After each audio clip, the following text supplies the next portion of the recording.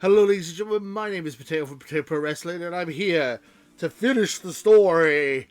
Hashtag we want Cody.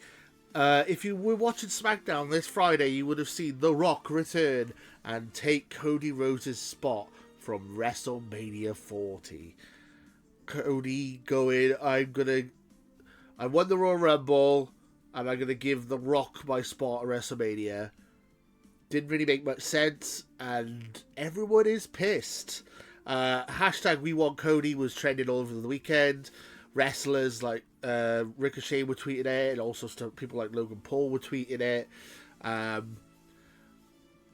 It has been absolutely, the backlash has been wild, and people are booing The Rock at house shows. Whenever they show the clips of The Rock, they're getting booed. It's completely backfired on them, what they thought was going to happen. Rock vs. Roman has been a bit of a disaster, and it has turned Cody Rhodes into the next Daniel Bryan. The fan backlash, they want Cody in this match. And I'm here to give you 3 of my ways you could book Cody going into WrestleMania and to have him finish in his story. So, I'm going to go through 3 options. The final option is going to be the one I would actually go for. But just make an interesting video, I got a couple of options for you. So up first, my first option for you is we have Cody versus Roman happen at Elimination Chamber in Perth. Yes, it's not WrestleMania, but there's a massive stadium of about 60,000 people. You have Cody Rhodes beat Roman Reigns. You don't need the title for Rock versus Roman, and you could have Cody facing lots of different people. You could have a title unification match at WrestleMania, which I wouldn't really want, but you could.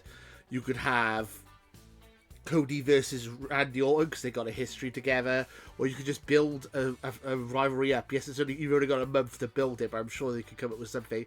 Maybe rerun the Nakamura storyline, but just have the WWE title involved, or the WWE Universal title involved. And then you've still got Rock Roman as the main event. Cody's finished his story. Everyone's happy. That's not really what I want to happen, but it's an option. Option number 2. Again, I don't want this to happen, but here you go. If they're going to run the story the way they are planning it by the sound of things, we're going to have Cody versus Seth, which makes no sense, but we're going to have that anyway. I would have Cody win the title, but before he gets to lift the title up, he should get cashed in on by Damian Priest.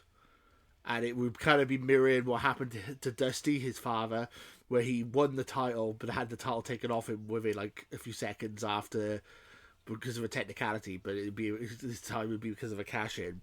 So it would be like he came so close to, he held the title, but he never actually physically held the title.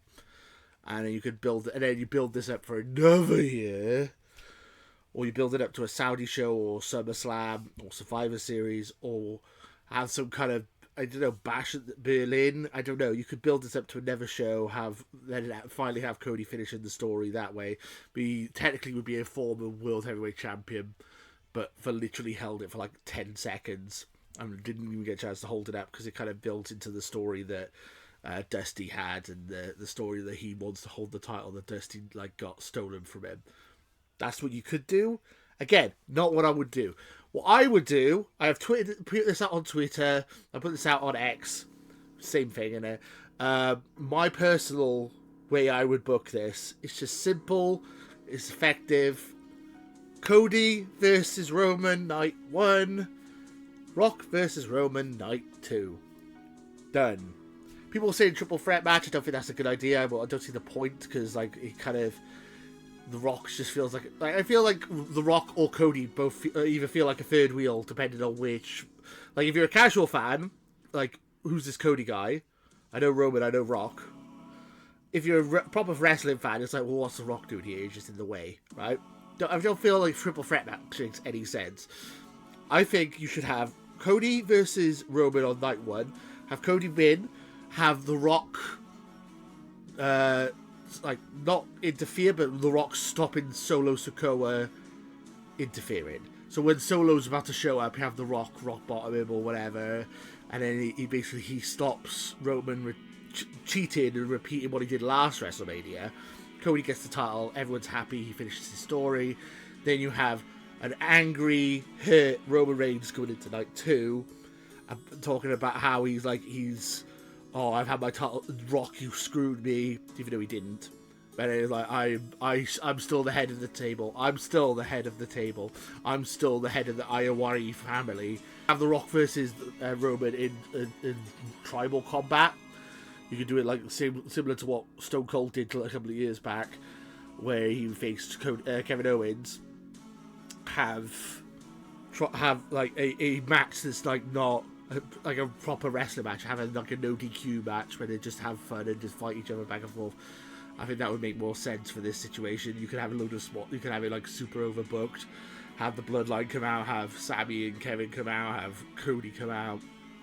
It'd be a lot of fun, and you would hopefully could cover for The Rock being a bit older, maybe getting a bit gassed. It would still be a fun match, and that would be a good way to do night 2.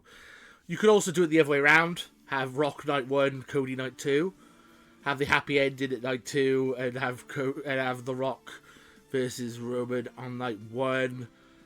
I feel like it's better to have it the other way around, because the casual match of Rock versus Roman headlines night 2, and then the people who are new to wrestling will go, ooh, who's this Cody Rhodes guy? Watch night 1, get excited, see who this Cody Rhodes guy is, and they'll still stay tuned for night 2.